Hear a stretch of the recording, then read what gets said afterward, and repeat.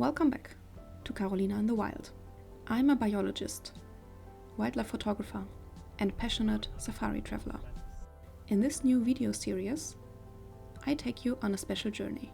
5 nights in Addo Elephant National Park in South Africa, on a self-drive safari, with a tent, camera, and lots of nature.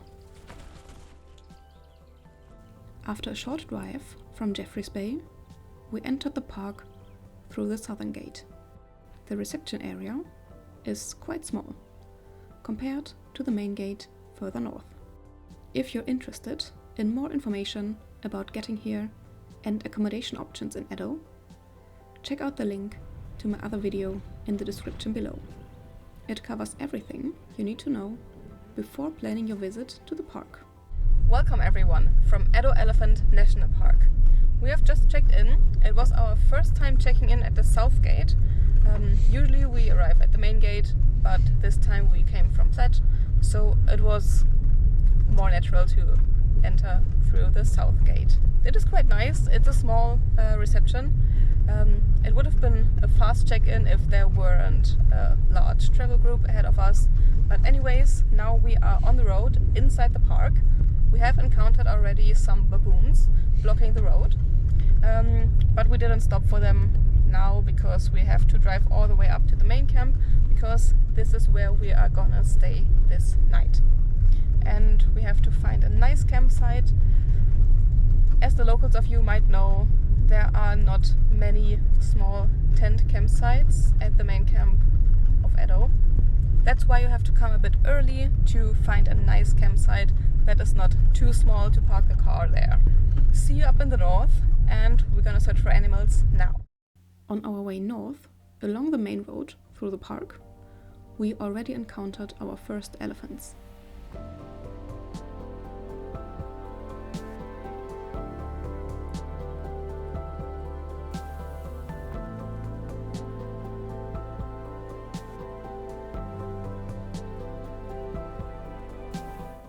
And here is a top tip.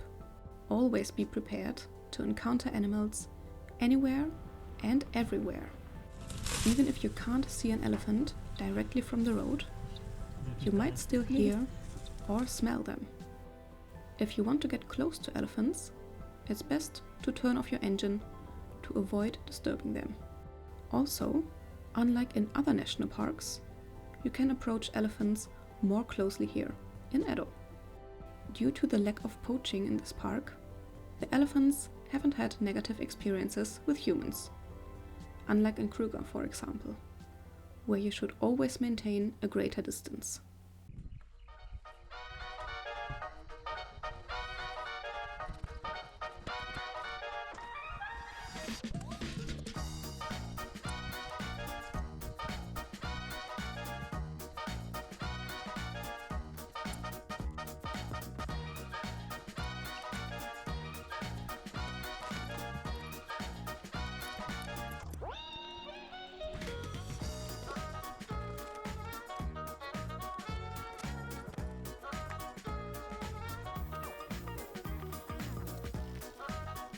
Shortly after setting up our tent, we met our curious neighbors, a few vervet monkeys who seemed very interested in using our tarp as a trampoline.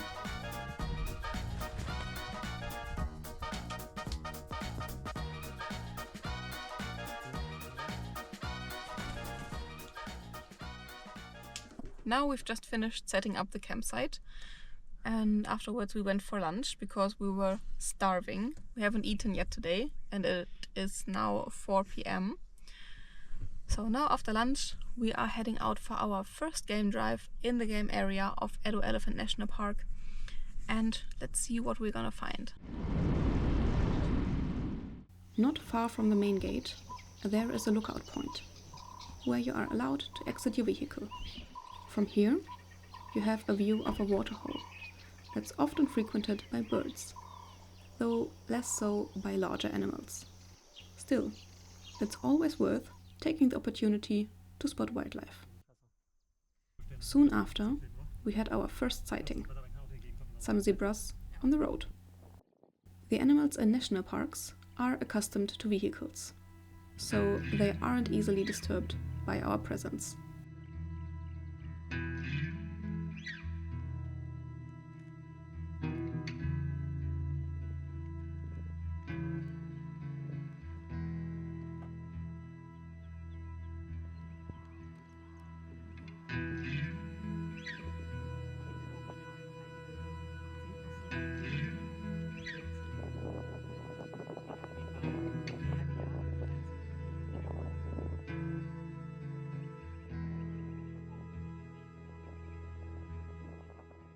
After a while, it began to drizzle.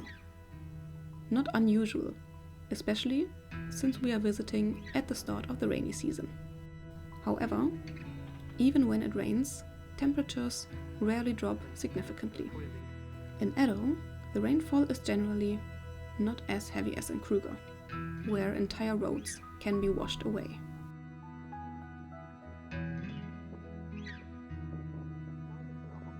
Later on, we spotted an interesting animal in the distance. The eland, the largest antelope in the world. It can weigh up to a ton and is relatively rare to see in the park.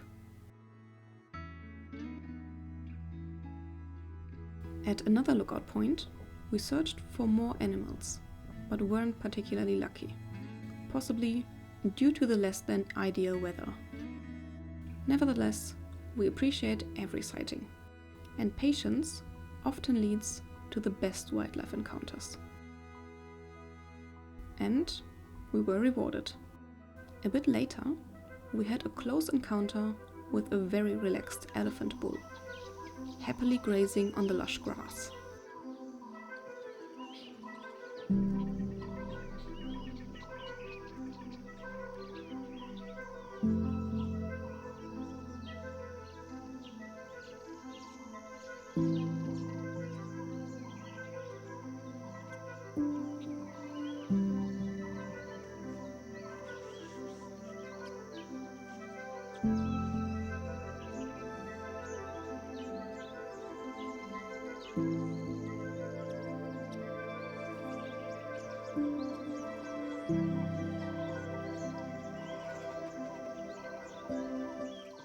We are now heading back to camp to unwind for the evening. Tomorrow we'll be up early again, this time with a more detailed plan of which routes to take to maximize our wildlife encounters. If you want to know what's in store for us over the next few days, subscribe to my channel so you don't miss part 2 of this safari series. Thanks for joining, and see you in the next adventure.